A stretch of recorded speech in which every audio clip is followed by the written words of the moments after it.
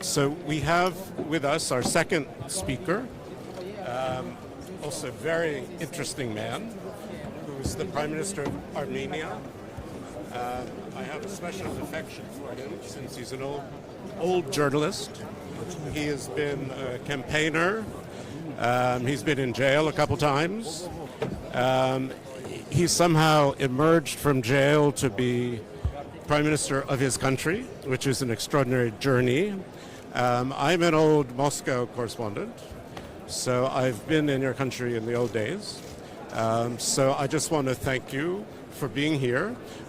You have about 8 or 10 minutes to say what you would like, and then we'll have questions from the audience. So Mr. Phashinyan, the floor is yours. Thank you very much. Dear colleagues, ladies and gentlemen, first of all, I would like to express my appreciation to President Macron for this very important initiative, because I think it is really a very important platform to discuss contemporary challenges on security and for searching some formulas for addressing contemporary challenges on security. What you should know about the security environment around our country, there is a very strange fact. 2 out of 4 our borders are closed, and other 2 borders, let's say like semi-closed. Why semi-closed? Because from south we have a common border with Iran, and you know that around the Iran now we have very tension situation, and our northern border is with Georgia, and tensioned relations between Georgia and Russia affect for the security environment around our northern border. But of course, most important security challenge for us, it's a Nagorno-Karabakh issue.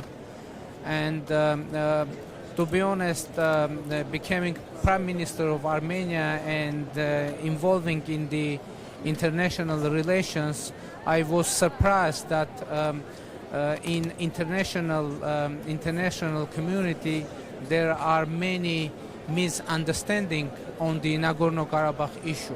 And I think there are some very important facts that everyone should know who is interested in Nagorno-Karabakh conflict should know about this conflict. Why this conflict emerged? First of all, the cause for that was the decision of Stalin regime to put Nagorno-Karabakh, to give Nagorno-Karabakh a newly established Soviet Azerbaijan. And when in 1986,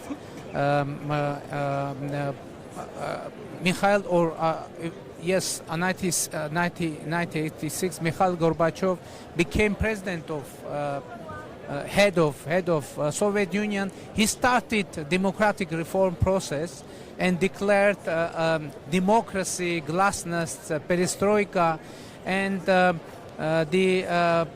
population of the vast majority of population Nagorno-Karabakh, who were and are now Armenian, they decided and they had a status of Nagorno-Karabakh autonomous region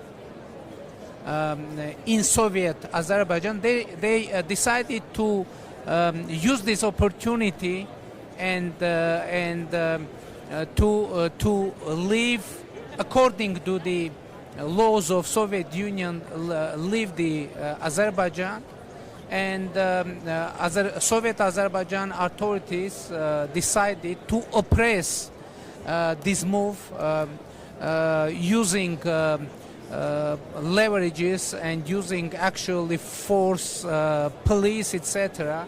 And the very beginning of this conflict started like that. And after that, when the collapse of Soviet Union started, Azerbaijan, as many other Soviet republics, decided to become an independent state. And according to the Soviet Union laws, if some Soviet republic decides to quit Soviet Union, the autonomous regions of that republic are eligible to decide their own future. So, parallelly with Azerbaijan, as Azerbaijan started independence process, Nagorno-Karabakh started independence process too. And as Azerbaijan quitted the Soviet Union, Nagorno-Karabakh quitted Azerbaijan. And as a result of that decision, Azerbaijan decided to oppress this decision using force, using military force, and starting a war against the people of Nagorno-Karabakh. And it could seem strange, and there was many casualties. Some regions of in Nagorno-Karabakh were experienced ethnic cleanses, etc.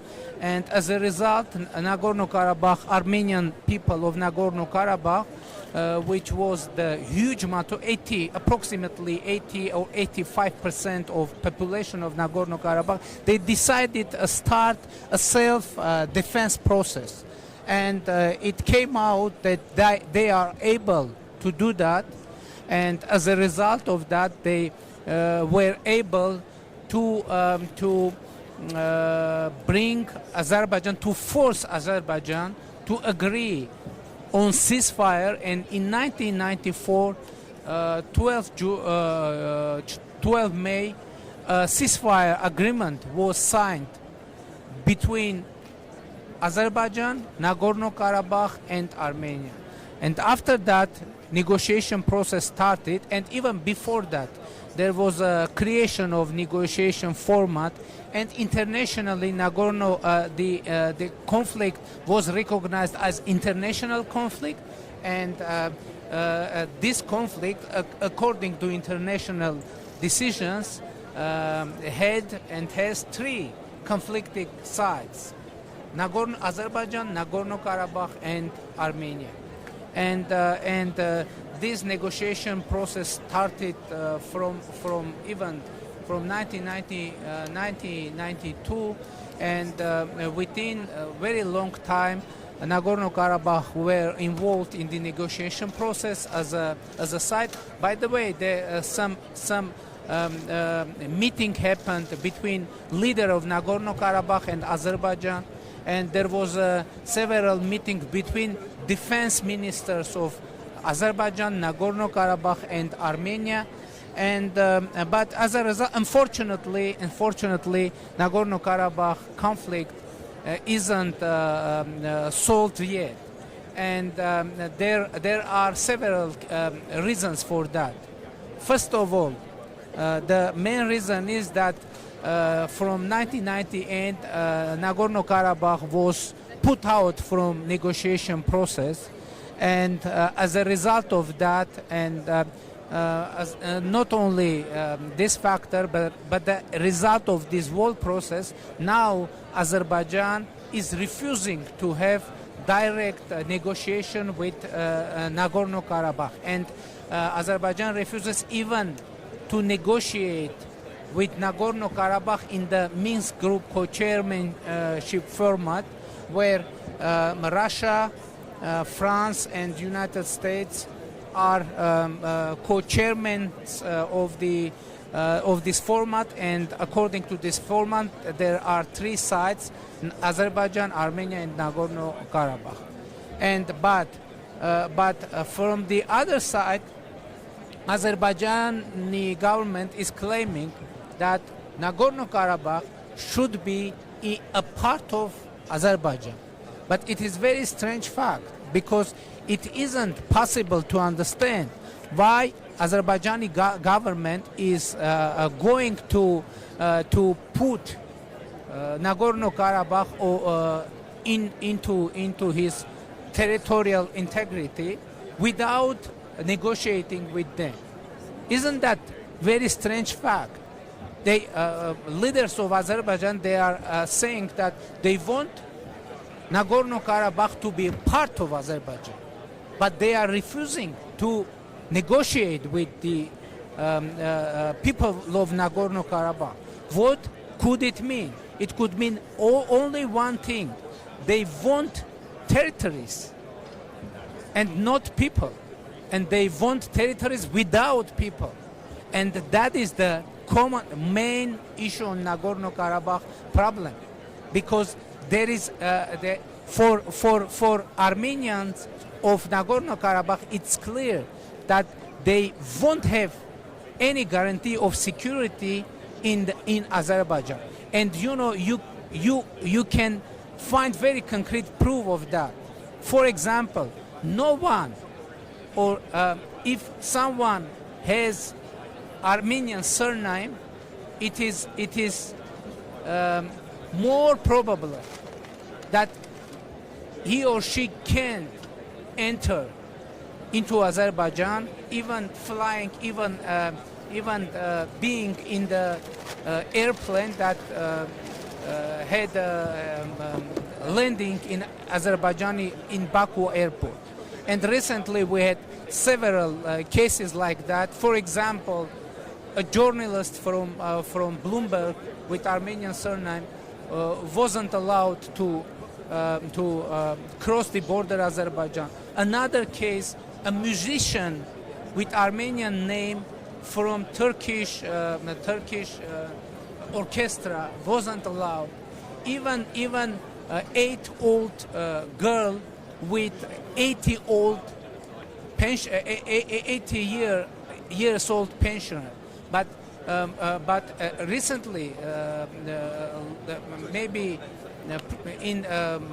recently, a driver was arrested in Baku for listening in his car a song of Armenian musician. And I think there is most renowned case when Armenian player of Arsenal, Henrik Mkhitaryan, wasn't able to participate in Europe League final, which took place in Azerbaijan, in Baku, because of his Armenian surname. And there was another very famous case when a fan of Arsenal with the T-shirt with name of Henrik Mkhitaryan was stopped in the center of Baku by the Azerbaijani police.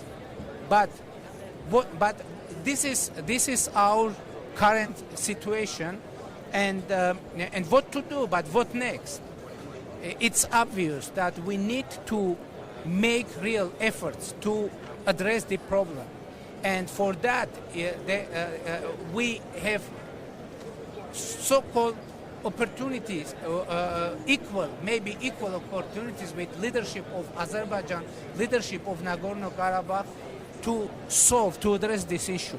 And from the very beginning of my election as Prime Minister of Armenia, I've made unprecedented statement for Armenia. I said that any solution of Nagorno-Karabakh conflict should be acceptable for people of Armenia, for people of Nagorno-Karabakh, and for people of Azerbaijan. And I was heavily criticized in my country because I'm first leader of Armenia announcing that any solution of Nagorno-Karabakh conflict should be acceptable for Azerbaijani people too. So opposition in our country is asking why leader of Armenia should take care on the interest of the people of Azerbaijan. But my answer is very frank and direct, because I believe that if we want to have sustainable solution, settlement of that conflict, we need to consider interest all parts involved in this conflict. And I've made this statement in hope that we will have similar statement by the Azerbaijani leadership, by my colleague Ilham Aliyev. Okay, I've mentioned first of all people of Armenia, and I understand that in case of Mr. Aliyev, he should mention first of all people of Azerbaijan, and I expect from him a similar statement that any solution of Nagorno-Karabakh conflict should be acceptable for people of Azerbaijan, for people of Nagorno-Karabakh, and for people of Armenia. If yes, we will hear such a statement from Mr. Aliyev, that would mean that we have breakthrough in the world negotiation process. And I would like to call from this very important place with very important name, Paris Peace Forum. I would like to call my colleague at least to make such a statement that any solution of Nagorno-Karabakh conflict should be acceptable. I'm speaking on behalf of President of Azerbaijan, should be acceptable for people of Azerbaijan, for people of Nagorno-Karabakh, and for people of Armenia. Of course, it isn't easy task to solve, but as we took the responsibility for the future of our people, that means for the future of our region, that means for the future of our world, we need to make real efforts to make real difference. Thank you. Thank you, Mr. Prime Minister. Thank you very, very much. Spasibo vam. I remember... Maybe I need some... I'll ask questions in English, Yeah. but there might be questions in French. I remember talking to Arkady Volsky, who tried and broke his heart over all of Nagorno-Karabakh. So I can just say, I hope you success. Yana Deus, we'll see. We don't have tons of time because you have a meeting with Mr. Macron pretty soon, but let's take some questions this gentleman has been asking, and we'll see what language it is. Hello, my name is Bakhtiar. I am from Azerbaijan, but I was born in Armenia, in Bardeniz, and I cannot go to my home as well. So you've mentioned many international reactions, but there are 4 UN resolutions that demand immediate withdrawal of Armenian troops. And all member states, UN member states, recognize Nagorno-Karabakh region as the part of Azerbaijan, within the territories of Azerbaijan, including Armenia.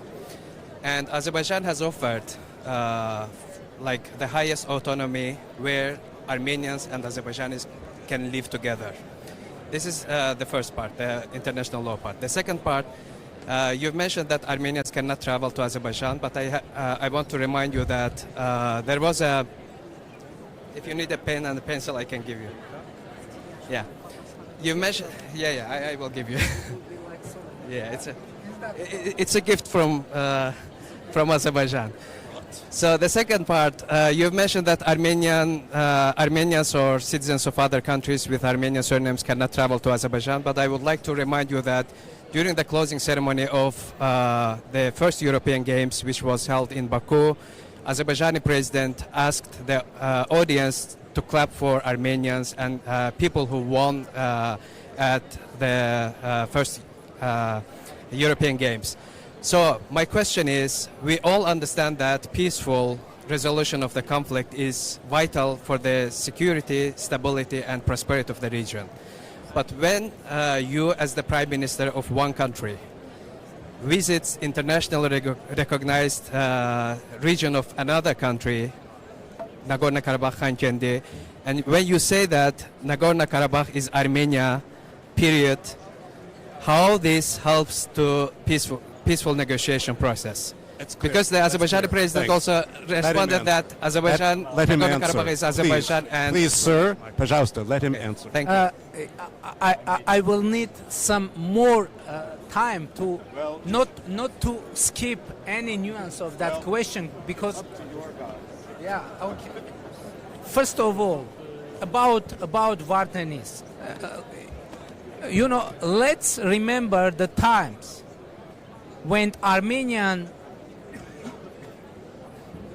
were leaving Azerbaijan, and when, as a result of that, Azerbaijanis were leaving Armenia. I remember very well on that time. Why it happened? Because Armenians in Azerbaijan were killed in Sumgait. In Sumgait, atrocities started, continued to Baku against Armenians, and first of all, and that spread to Nagorno-Karabakh, etc. And they not left Azerbaijan; they fled from Azerbaijan. Sometimes even without clothes. But what happened with Azerbaijanis in Armenia? According to the decision of Armenian government, some buses were provided to the Azerbaijani people. There were police escort, and no one person, Azerbaijani, were damaged or hurt within that process. And it is very important and bright picture of the content of this whole conflict. About the international, you said that Nagorno-Karabakh is internationally recognized part of Azerbaijan. It isn't true, because there is internationally established negotiation format named OSCE, Minsk Group Co-Chairmanship, and the mandate of that format is to decide on final status on Nagorno-Karabakh. Why? And your government, your country is involved in the negotiation process. So, if Nagorno-Karabakh is a part of Azerbaijan, internationally recognized, why are you negotiating for the decision, for deciding the status of Nagorno-Karabakh? Isn't it strange? The other part, you said that you are offering high status for Nagorno-Karabakh within the Azerbaijan. By the way, Nagorno-Karabakh had already had that status. Nagorno-Karabakh was autonomous region, and this status, I call it interim status, brought all of us to this conflict, to this bloody conflict, and to repeat, to repeat and to give or accept one more time this very same statute, that means begin from zero the same conflict and the same way.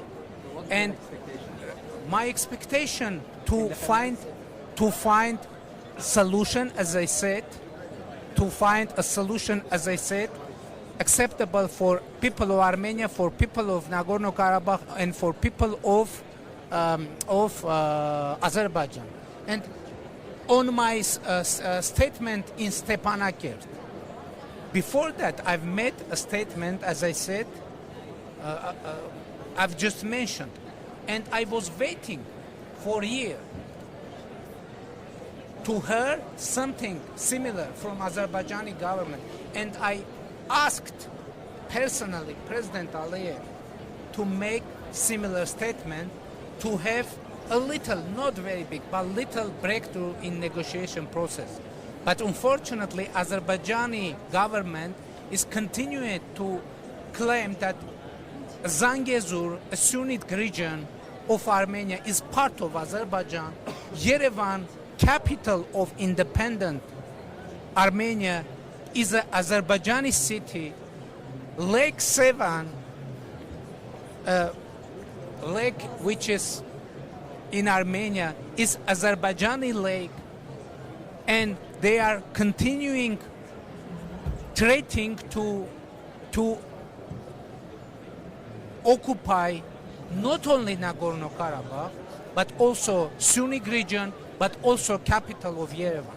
So why we are making similar statement? Because we don't want to cast an impression of afraid nation, of afraid people. No one is able to speak with us from position of force, and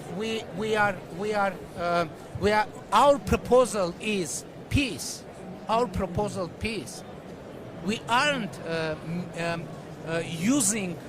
we aren't threatening to anyone in our region, and we are willing to prepare our nation,